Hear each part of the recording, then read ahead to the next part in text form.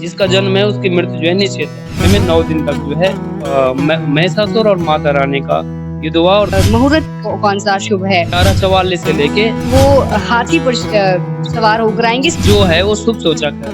घोड़े पे प्रस्थान होने का मतलब ये है कि कुछ प्राकृतिक आपदाएं घटनी चल रही हैं, जैसे कि भद्र योग बन रहा है और सस योग बन रहा है। और माँ की आराधना का ये पर्व है, माँ के 9 रूपों की भक्ति का पर्व है, बिगड़े काम बनाने का पर्व है, भक्ति का दिया दिल में जलाने का पर्व है। नमस्कार, आप देख रहे हैं द न्यूज़ वॉरियर और मैं हूँ आपके साथ सरोज। आज एक बार फिर हम शिव मंदिर घुमारवी में पहुंच चुके हैं और यहाँ पर पंडित मनोज जी से हम मिलेंगे और उनसे जानेंगे तमाम नवरात्रों के बारे में कि नवरात्रों इस बार क्योंकि बहुत महत्वपूर्ण योग बन रहे हैं उनके बारे में जानेंगे। साथ ही ये भी कहा जा रहा है कि हाथी पर सवार होकर इस बार माता आएंगी और साथ ही घोड़े पर सवार होकर वापस आएंगी। क्या कुछ ये चीजें हैं इनके बारे में हम जानने की कोशिश करेंगे, तो चलिए और जानते हैं। आज एक बार फिर हम शिव मंदिर घुमारवी में पहुंचे हैं और पंडित मनोज जी इस वक्त हमारे साथ जुड़ चुके हैं। हर बार हम इन्हीं से जानने की कोशिश करते हैं। जब भी कोई नया पर्व आता है तो उससे उसके बारे में जानकारियां हम लेते हैं। एक बार फिर हम जुड़ चुके हैं। नमस्कार, आपका स्वागत है द न्यूज़ वॉरियर। हाँ जी, नमस्कार जी। और ये नवरात्रि के शुभ अवसर पर सभी लोगों को और आप लोगों को जय माता दी और माता रानी सभी भक्त लोगों को और आप लोगों को के ऊपर जो है अपना आशीर्वाद सदैव बनाए रहे। धन्यवाद। पंडित जी, सबसे पहले तो मैं आपसे जानना चाहूंगी, आप मूलतः है कहाँ से?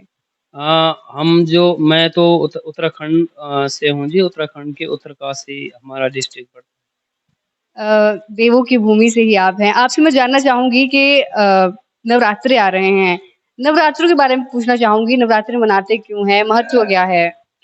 नवरात्रों का बड़ा अच्छा उत्तम कथा है कि एक राक्षस हुई है, महिषासुर नाम का राक्षस हुआ और बड़ा शक्तिशाली राक्षस हुआ।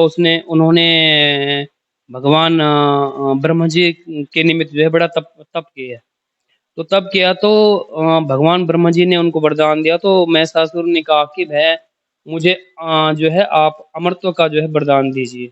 ब्रह्मा जी ने कहा कि तो यहाँ पे ऐसा है कि जन्म मृत्यु जरा व्याधि दुख दोषानु दर्शन, जिसका जन्म है उसकी मृत्यु जो है निश्चित है, मगर ऐसा है कि आप कोई दूसरा वरदान मांग लीजिए।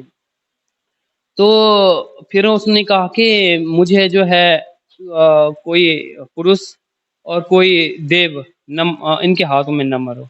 ब्रह्मा जी ने कहा कि ठीक है, ये आशीर्वाद, ये वरदान है आपके लिए।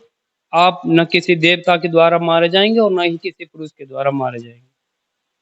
तो जब वरदान देके जो है महिषासुर ने अपने वरदान का जो है गलत इस्तेमाल किया और उसने जो है मृत्यु लोक पे और देवलोक में जो है बड़ी त्राहि त्राहि मचा दी और देवताओं को बड़ा जो है तंग किया। तो देवताओं ने जो है महिषासुर से तंग होके जो है भगवान शिव से और भगवान विष्णु से और भगवान ब्रह्मा जी से प्रार्थना की कि भाई इसको मारने के लिए आप कोई उपाय बताइए। तो उन्होंने कहा कि भाई आप, ब्रह्मा जी ने वरदान तो ऐसा दे दिया है कि कोई ना देव मार पाएगा ना कोई जो है उसको कोई पुरुष तत्व मार पाएगा। तो उसके लिए जो है कोई स्त्री रूपेण जो महामाया शक्ति स्वरूपा होंगी वही उसका जो है वध कर पाएंगे। तो फिर भगवान विष्णु से, भगवान महेश से और ब्रह्मा जी से जो है इन तीनों की शक्ति से जो है महामाया का स्वरूप का जो है उत्पत्ति हुई।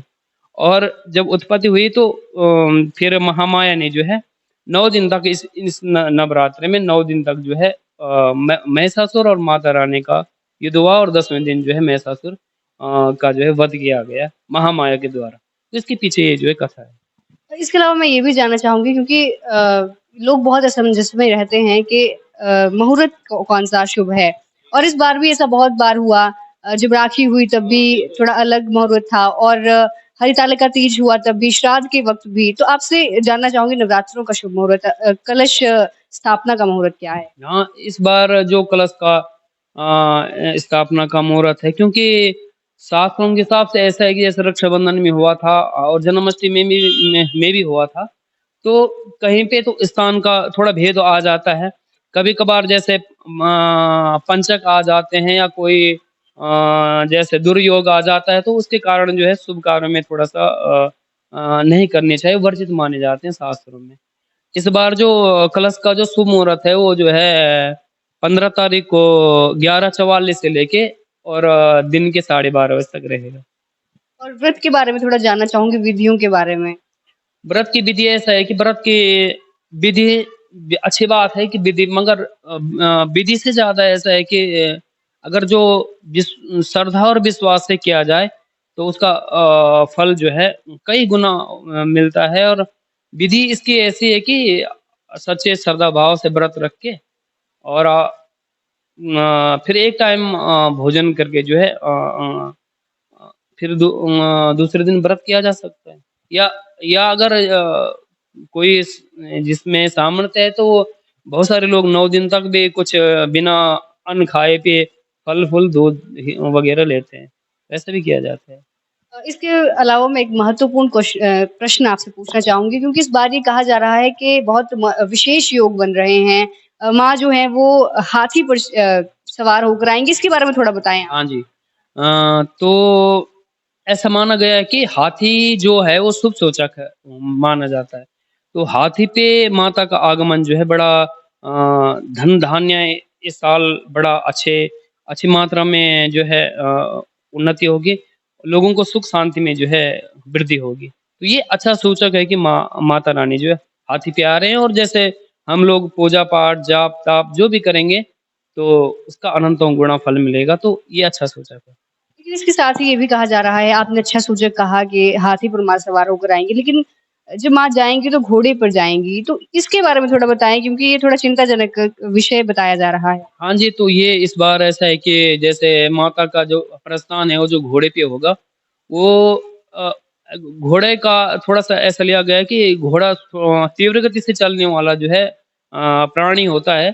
तो घोड़े पे प्रस्थान होने का मतलब ये है कि कुछ प्राकृतिक आपदाएँ घटनी चाहिए। वैसे हम महामाया से ये प्रार्थना करेंगे कि ऐसा ना हो, मगर ये है कि जैसे घोड़े पे प्रस्थान है तो कुछ प्राकृतिक आपदाओं की संभावनाएँ हैं। तो जिस तरह से उन्होंने बताया कि घोड़े पर सवार होकर माता जाएँगी, इस बार भी प्राकृतिक आपदाएँ बहुत ज़्यादा आई और आगे की भी जिस तरह से कह रहे हैं कि आ सकती हैं, तो इसके लिए सचेत होने की भी ज़रूरत है। और साथ ही खुशी की बात ये भी है कि हाथी पर सवार होकर आएँगी तो सुख शांति भी लेकर आएँगी। इसके अलावा भी जो है और योग बन रहे हैं, जैसे कि भद्र योग बन रहा है और सस्य योग बन रहा है, और ये तो योग बन ही रहा है कि माता रानी हाथी पे आ रही है। भद्र योग के बारे में थोड़ा जानना चाहूँगी, क्या है भद्र योग?